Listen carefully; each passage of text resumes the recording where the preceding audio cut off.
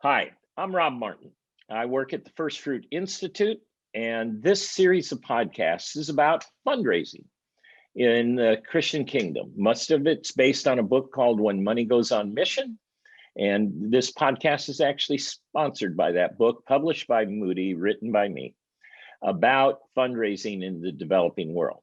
Today's guest is a senior program project officer at the First Fruit Institute and at First Fruit, a major US foundation engaged exclusively in missions funding across the world.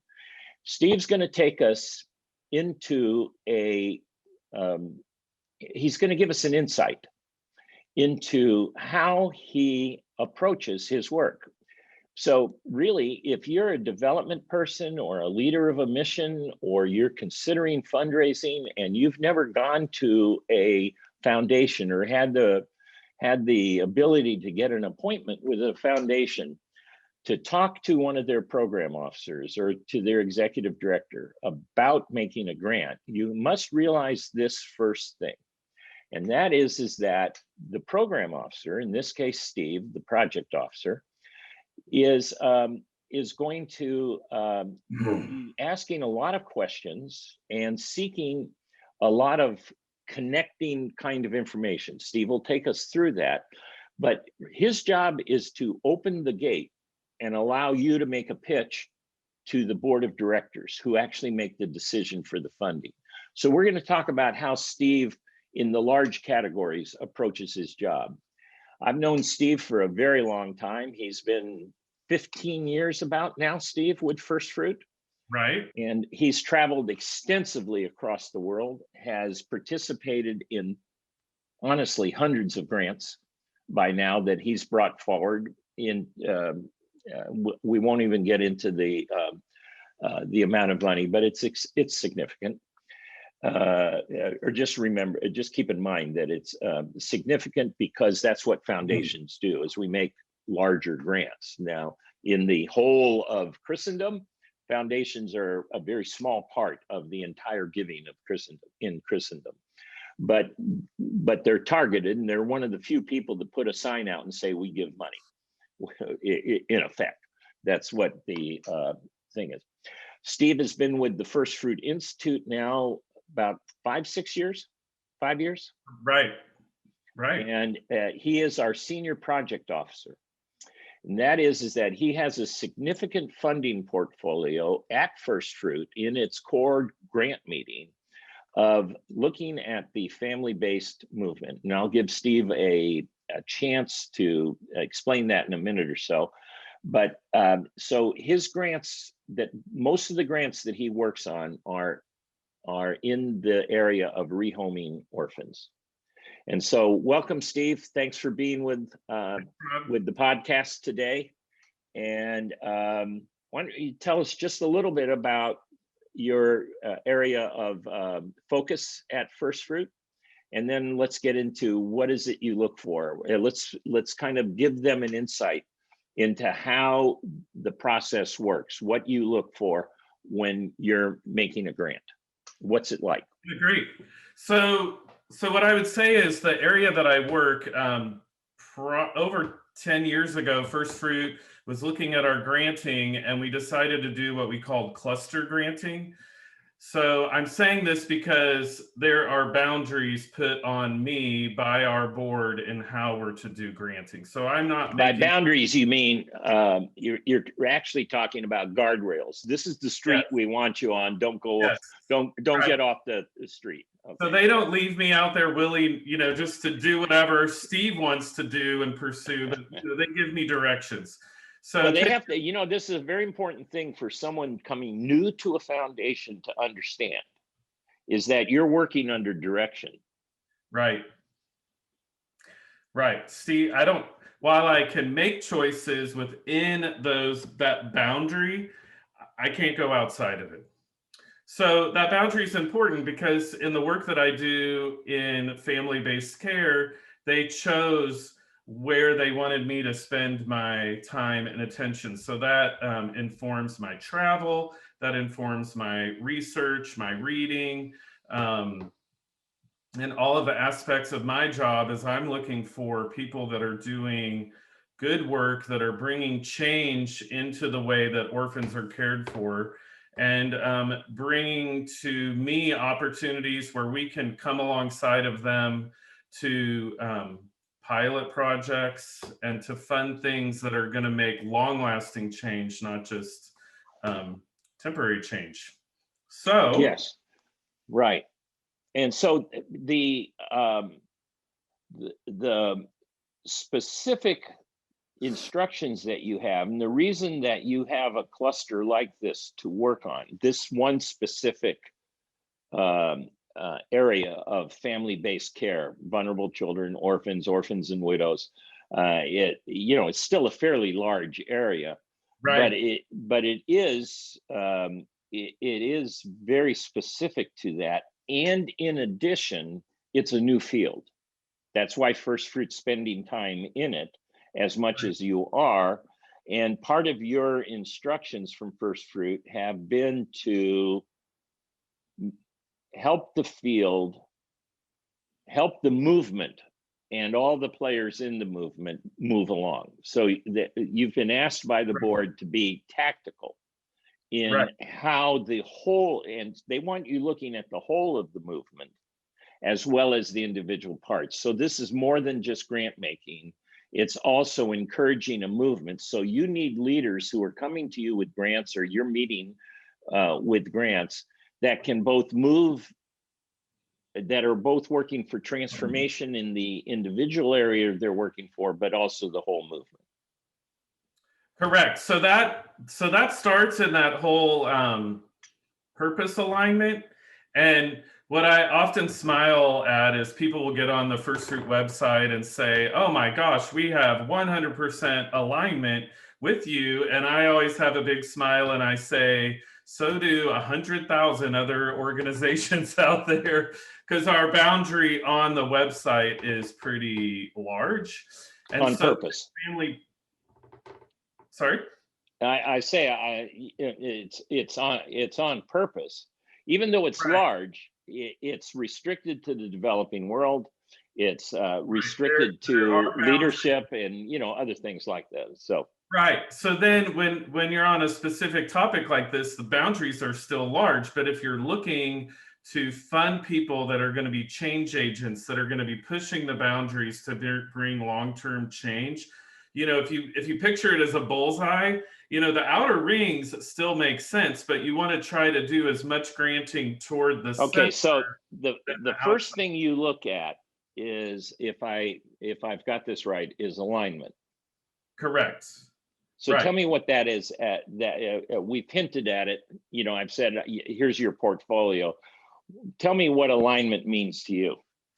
So for me, I have a document, a family-based care document that talks about different places we want to be granting and encouraging. So when I look at alignment, so for example, we want to get orphans out of institutional care back into families.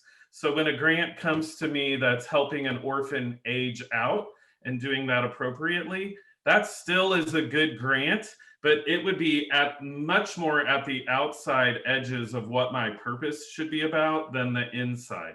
So Mhm. it still is a great opportunity perhaps, and Jesus is being proclaimed and all of that, but I have a budget and I need to constantly be pushing myself. Well, yeah, and the first thing is that you have to be in the family-based care space, Yes, or there's no alignment. correct. Then within the family-based care space, then you start looking at very specific aspects of the movement, because you're trying to move the movement. You want people Right, that are, in fact, you've even got a criteria that you've developed of champions, practitioners. See, I even remember this, right. Advocates, and champions, advocates. And practitioners. so you're sorting out the people you're meeting in terms of alignment in those three Right. sectors of, and you could explain that at another time, but this isn't a primer on how to get a grant out of you. So Right. forgive me for that. This is a primer on how a program officer goes about their job. Right. and in this case, at a prominent foundation like First Fruit. How does Steve go about his job? You have to remember this. Every foundation is different, has different requirements, different approaches, but the principles are almost the same. So first and foremost is alignment. Then what Right. are you looking for, Steve?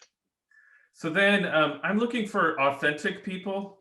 So I'm looking for people that don't try to tell me what I want to hear, but are telling me what God's put on their hearts and their ministry. And then they're looking to see where alignment is, and they're willing to walk away. I can spot someone that's just trying to tell me what I want to hear, and I honestly find that kind of offensive because it's not. I don't think it's that true. In your book, you talk about the communion of giving and receiving.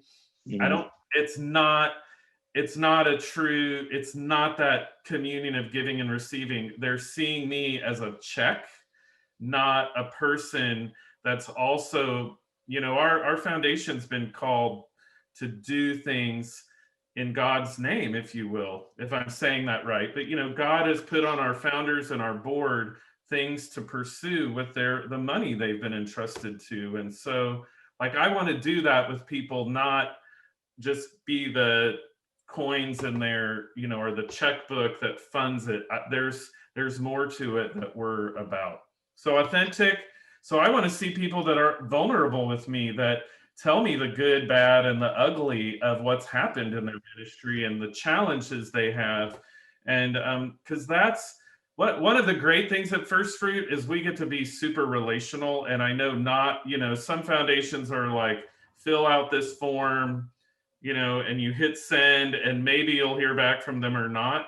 But we're a lot Mhm. more interactive. So that relationship and that vulnerability is super important. Yeah, and in this case, if they're authentic, that means you've somehow achieved understanding their voice, Yes, not their answers to your questions. correct. I don't That's want to not feel like easy.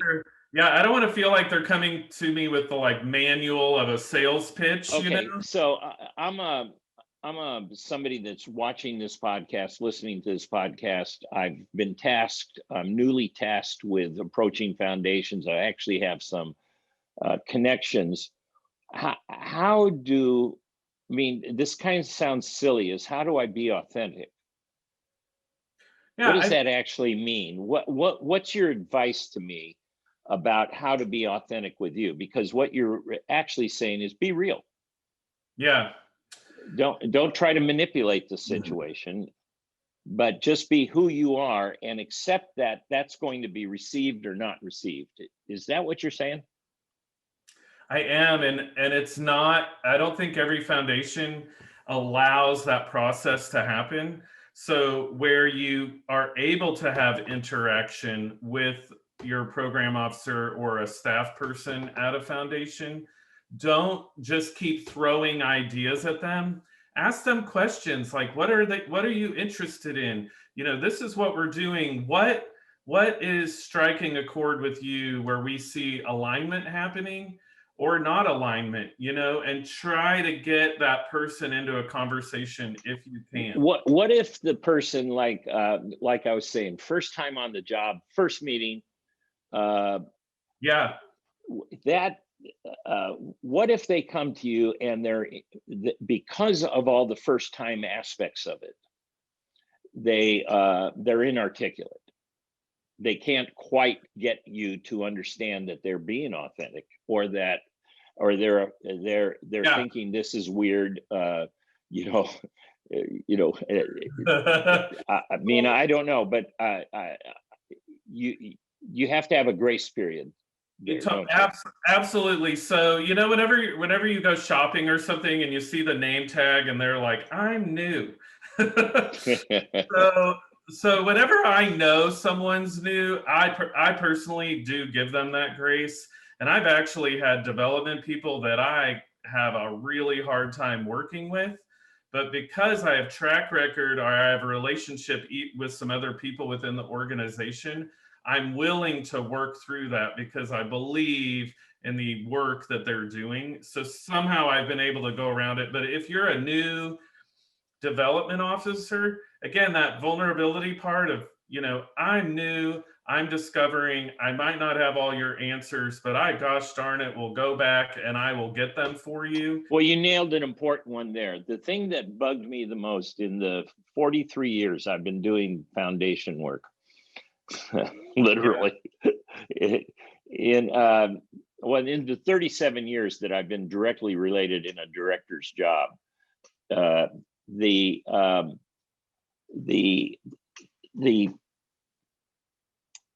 the struggle to know how to communicate with me and how for me to communicate with them really forced this to be the big issue. That's why we started inviting proposals rather than just receiving them, so that we could interact with the people. That's why we traveled, so that we could see them in their settings rather than in our setting, which is, office buildings in California. I mean, it's just, they're intimidating to a lot of people.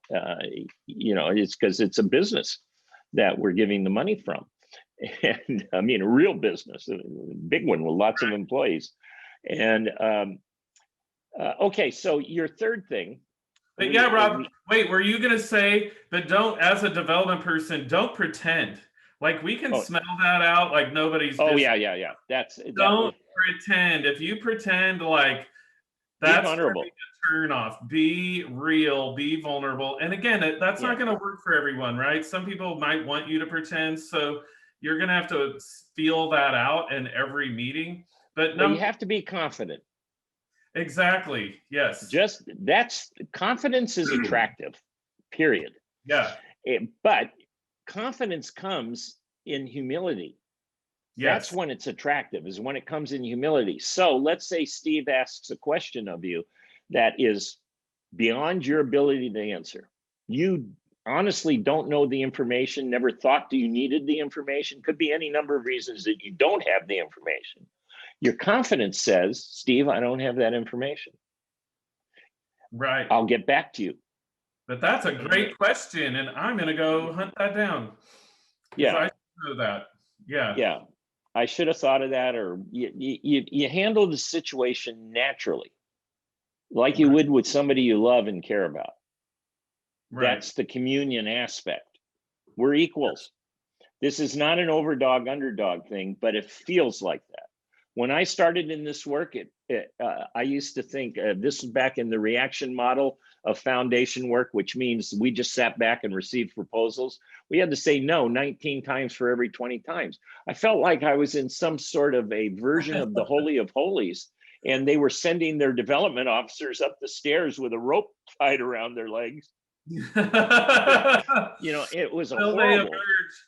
It was horrible to be approached like that. It was horrible to create a circumstance where a development person needed to make an approach like that. Yeah. So that's why we started inviting proposals and traveling into such. So alignment, authenticity, and then communication, right? It sounds like you were saying communication.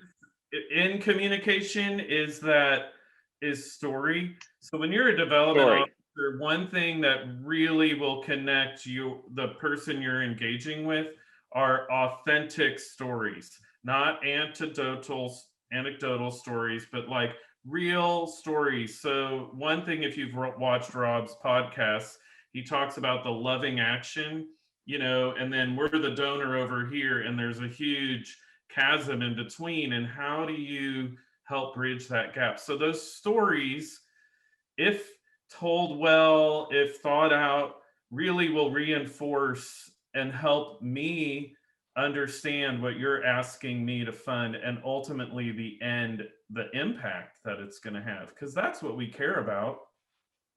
It's not buying shiny things. It's not about building a building or buying a sewing machine or whatever. It's about the people that God wants us to love, that he said to put our money toward, helping. And then, that opens the door for opportunity to share the gospel. So it's that loving action. Right. No. You're liable not to find this at every major donor or foundation institution, but at First Fruit, we've drilled it into ourselves that once we've invited a proposal, we become a volunteer at the table, and we try to help you be as articulate and as authentic as you can be in the preparation of your proposal, because we want that to come through to the board so that they can see for themselves. But Rob, it's also important to me as a program officer, because, we talked about doing strategic granting, grants that actually do bring change. And the stories are how I learn, whether it's through story or travel, is how I see our granting actually moving something forward, or, raising the tide, whatever you want to call it. And without that, I'm kind of rudderless. I don't necessarily see the end results or the change. So stories are really important. Well, and the other point here is when you have this alignment, then you have a partnership that fulfills aims for both sides. Ours to get money working on behalf of children, and theirs to get some payroll so that they can do the work on behalf of children. I mean, that's really what it comes down to. Right. Okay, and then but yeah, then that last thing we wanted to talk about was faithful communication. Right. And what I'm often shocked with is I'll do a grant or 2 grants or 3, and I'm really excited about the work, and I'm following you on Instagram or whatever, and I'll have little check-ins. But maybe I'll call it the lonely syndrome or whatever, but I never hear back from you. Like a whole year can go by and I never hear from you. And I'm often scratching my head. I'm like, now I will refer to myself as a checkbook here. I'm a willing checkbook, right? Or I'm like, give me some opportunities. I'm excited about this. And I get crickets on the other side. And I'm often just frustrated by the lack. I feel a little bit used, if you will, or sidelined, because there's no communication. And I want that communion of giving and receiving. I'm blessed when I hear and learn about your organization through stories and understand how our grants have helped you achieve what God's called you to do as well. And when I get nothing back, I'm like, do I not matter in this relationship at all? But I bet you they will call me when they want money again. Well, I've been on both sides of the table. I've been doing fundraising and fund giving for, like I said, lots of years, and I've helped people think through. And if you look at all the work that we're doing through this institute, through the Global Institute of Learning and other things that these podcasts are serving, it's to help people who have not run development efforts learn what's required. And it baffled me it baffles me in this work on this faithful communication one.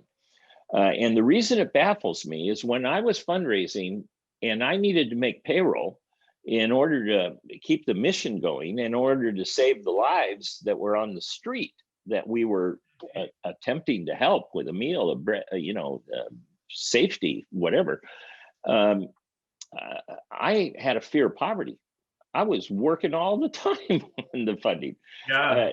And it wasn't that I was being rude, at least I hope I wasn't. It's just I know that a donor takes 5 or 6 reminders to make a single gift over 18 months, major donors, foundations. What Steve is referring to here is the ones that fail at their task are the ones that already have a giver and aren't nurturing that giver. It's the third part of fundraising. Discovery is the first part, figuring out who you're going to fundraise from.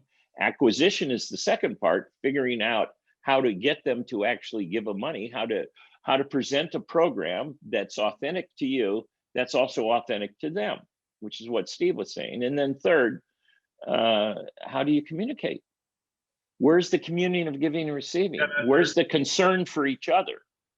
Where's the recognition of equality at the cross? Yeah. Money does not make the difference between us. It's only a commodity. It's something we use. It's not the difference maker. And so the four things that Steve looks at, and we're going to wrap this up here, but we'll do another one or two with Steve, get some more insights, is Steve, the four things you look for are alignment, authenticity, story, and faithful communication. Right. Yeah, that aligns with the four things that I have talked about in these podcasts and that I look for. The first thing I look for is purpose. It's the same word that Steve's using here, is an alignment. It's an alignment of our purposes. The second thing I look at is your character. That's what Steve is saying about authenticity. Do you tell the truth? Are you courageous? Are you unafraid of the truth? Are you able to express your needs in a way that you're offering people to invest in your work? You're not begging them to give you money, because begging is not part of our game. And fundraising is not begging. And then third was the story, and that is, how well organized are you at communicating what you do? And there's a lot in that, and we have done a lot of podcasts on story and other things. So there's good materials available there. There's good materials available everywhere on story. Just remember the one thing, that the story isn't about you. It's about the loving action that's accomplished by what you do. And that's the story. And then people learn who you are by watching the effect of it on whoever the story's about. And then lastly, you're looking for faithful communication, which is, in the parlance of the training that we're doing through these podcasts and in the book, is called nurture. How do you nurture the relationships to fullness that you already have? And that's the insane part that Steve and I don't get, is once you've already got it, keep it up. Steve will tell you if you're pushing too much. He'll just say it directly to you. We all will. No, you got to wait a year. Or my board, last time we talked about your ministry, said they wanted to take a pause. You have to say things like that sometimes. Or you say, actually, the board loved what you're doing. Let's look at some more stuff. I have meetings. When I was in Steve's work, I had those kind of meetings every day. One or the other. Got to say no, got to say yes. And so faithful communication is important. Steve, any final words, and then we'll sign off. What I was going to say, just to add to that too, remember, like, I'm also working with a budget. I don't have a bottomless pit of money that we're trying to give out. It's actually, a constrained amount. And so I'm always looking at way more opportunities than I get to give to. So just because I say no does not mean you're not doing good work, God's work, any of that. It's just, I've had to go through this process, and outcome. Yeah, and I'm glad you brought that up, because if you look in our podcast list, you'll find one about why foundations say no. And you can go even into that one deeper. Right. Steve, thank you today for this, for sharing. And we'll hope to see you again. This is a podcast sponsored by When Money Goes on Mission, Fundraising and Giving in the 21st Century by Moody. Available in ebook, all of the sources. And we just thank you for being a part of this. First Fruit thanks you. And we'll see you next time. Take care.